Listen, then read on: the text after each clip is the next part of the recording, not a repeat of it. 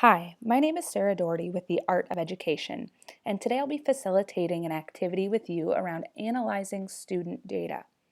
You'll need a couple of things for this activity, a pencil and a paper, and perhaps a calculator.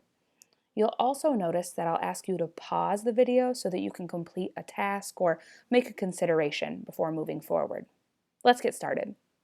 I'm going to lay out a scenario for you in which you are the teacher, and your students have been studying parachute packing all semester. They progressed through the learning tasks and been given 7 opportunities or formative assessments to show growth toward mastery before they pack your parachute before you jump out of an airplane. Let's look at the data. I'm going to point out a couple of things in this data collection piece. One, you'll notice that each column, first try, second try, third try, fourth try, is measuring the same thing. So we're looking at growth over time in the same goal. That may be different from the way that you collect data now.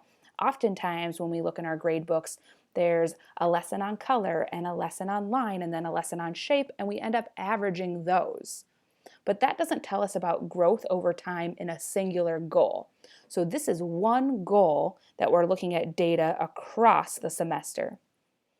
You'll also notice that there are 3 students for whom we've collected data: student A, student B, and student C. And the bottom row of this data graph or this data chart is the mastery level.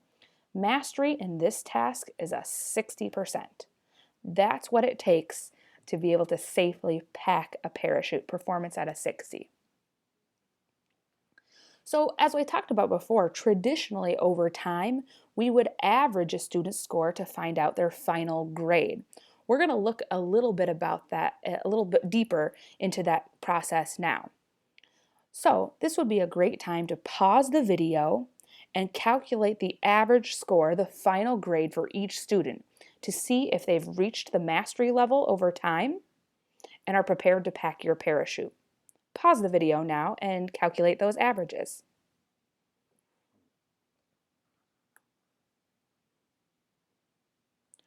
Okay, so you've averaged those scores and hopefully you've come up with the same figures as I have.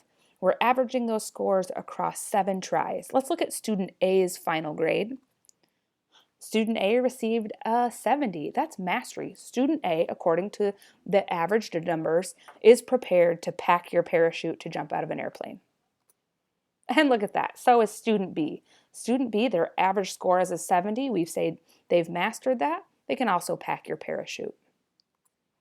And you guessed it, student C also has worked overtime, and their average score across all of those tries is a 70. They've mastered it. So all 3 students, according to their final grade, have mastered parachute packing and are now going to pack your parachute. But before we entrust our students with such a potentially life-altering task, why don't we look at the data in a visual way? We're art teachers, we can appreciate that, right? Here is a line graph of the performance of these students over time.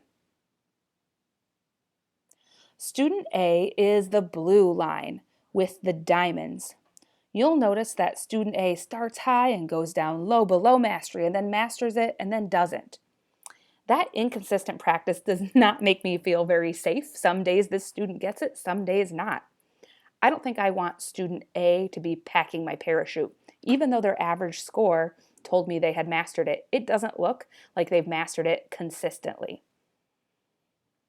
Let's look at student B's score. Student B is the red line, and student B is trending up. I'm feeling safer and safer. It looks like student B didn't know very much about parachute packing over time, but as we look over time, they're getting better and better and better. They're trending upward. I feel extremely safe with student B packing my parachute. And let's look at student C, the green line with the triangle. Student C starts off amazing. It looks like they know what they're doing, but for some reason their scores drop off, and it could be any number of things. Maybe they stopped kind of attending or paying attention. Maybe they thought they mastered it the first time and they never had to try it again. For whatever reason, even though their average grade tells me that they've mastered parachute packing, I do not feel comfortable with that downward trend line and having that student hold my life in their hands. That student is definitely not going to pack my parachute. So a couple of things to think about as we remember the important parts about analyzing student data. Look for trends over time. Oftentimes we just do some averaging in our grade books, but it muddies the waters and it punishes students for early learning attempts. They should not come into our class knowing everything. Not every score should be very high. If we want students to really be learning, we should see trends where students are improving over time. And we can't prove that they're improving over time unless we're analyzing common goals or targets.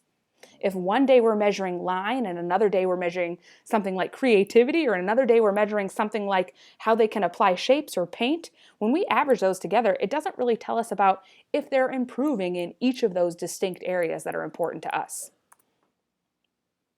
And finally, those charts and that line graph that I showed you are something that students can put together themselves. You don't have to take ownership for all of that data collection and analysis.